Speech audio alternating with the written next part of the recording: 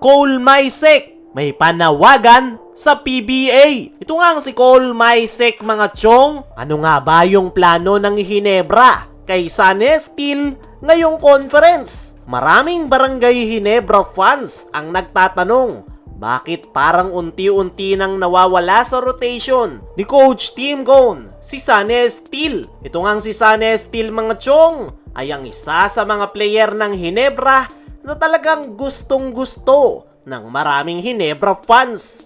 Hindi man siya yung pinakasikat sa lineup, pero pagdating sa sipag, hustle at energy ay siguradong hindi ka bibiguin ni Sunny Steel. Kapag ipinapasok siya sa loob, mapapansin agad yung kanyang effort, yung tipong player na handang mag-dive sa sahig para sa loose ball, handang makipagbanggaan para lang makatulong sa team. Kaya naman, tuwing nabibigyan siya ng minuto ni Coach Tim Cone, masasabi mong walang nasasayang na playing time dahil talagang quality minutes ang kanyang ibinibigay. Kaya nga maraming Ginebra fans ang natuwa sa kanya dahil sa ipinapakita niyang hustle at puso sa laro. Pero napansin ng marami mga chong na sa mga huling laro ng Ginebra sa nakalipas na All Filipino ay halos hindi na siya naipapasok sa rotation.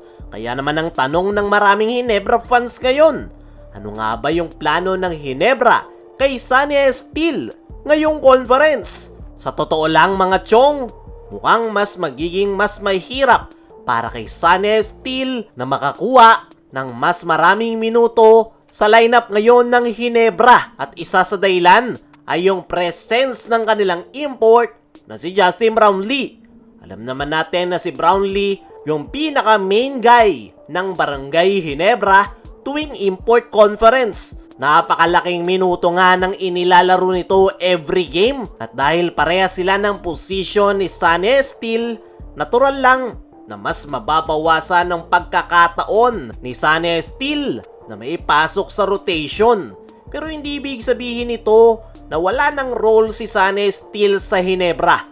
Kilala natin si Coach Tim na mahilig gumamit ng mga players depende sa matchup at sitwasyon ng laro. Possible na gamitin si Steel bilang energy player mula sa bench, yung tipong ipapasok kapag kailangan ng depensa, hustle o kailangang baguhin yung momentum ng laro. At kung tutuusin mga chong, napakahalaga ng ganyang klase na player dahil minsan isang defensive stop lang, isang loose ball recovery o isang hustle play ay kaya nang magbago yung tempo ng laro. At yan nga yung po pwedeng maging role ni Sunny Steel ngayong conference.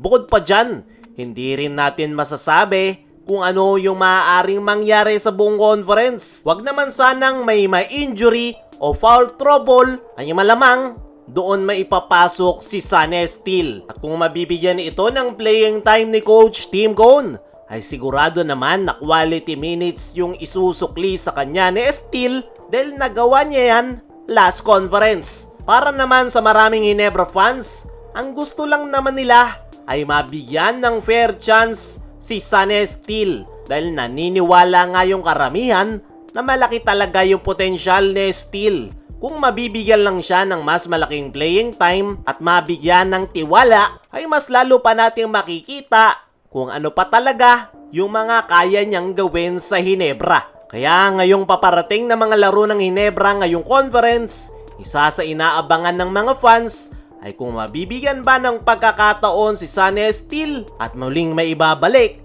sa rotation ng Ginebra. Kaya mga chong, ano sa tingin nyo, dapat bang mabigyan ng mas malaking playing time si Sunny Steel sa Ginebra? Comment mo lang dyan sa ibaba. Samantala, Cole Maisek may panawagan sa PBA. Ito nga si Cole Maisek mga chong ay na-draft ng Rain or Shine Elasto Painters bilang 34th overall pick. Sa kasamang palad, hindi nga siya naipasok sa roster ni Coach Yeng Yao at naglaro na lang sa East Asia Super League para sa Macau Blackbirds. At ngayon na nasa PBA na ang Macau, ay hindi nga pinayagan na makapaglaro itong si Cole Maisek sa kanyang kupunan. Nang dahil yan hindi pinayagan ng PBA na kumuha ng Filipino players ang Macau Black Knights. Kaya naman nag-post itong si Cole Maisek na kahit hindi daw siya pinayagan na makapaglaro sa PBA ay suportado pa rin daw niya ang kanyang kupunan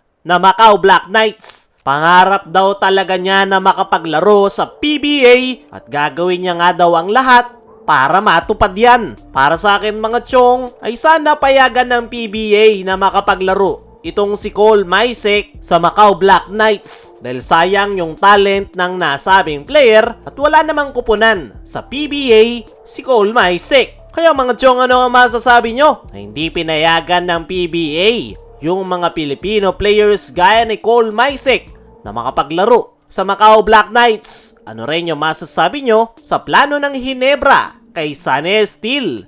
I-comment mo lang dyan sa ibaba.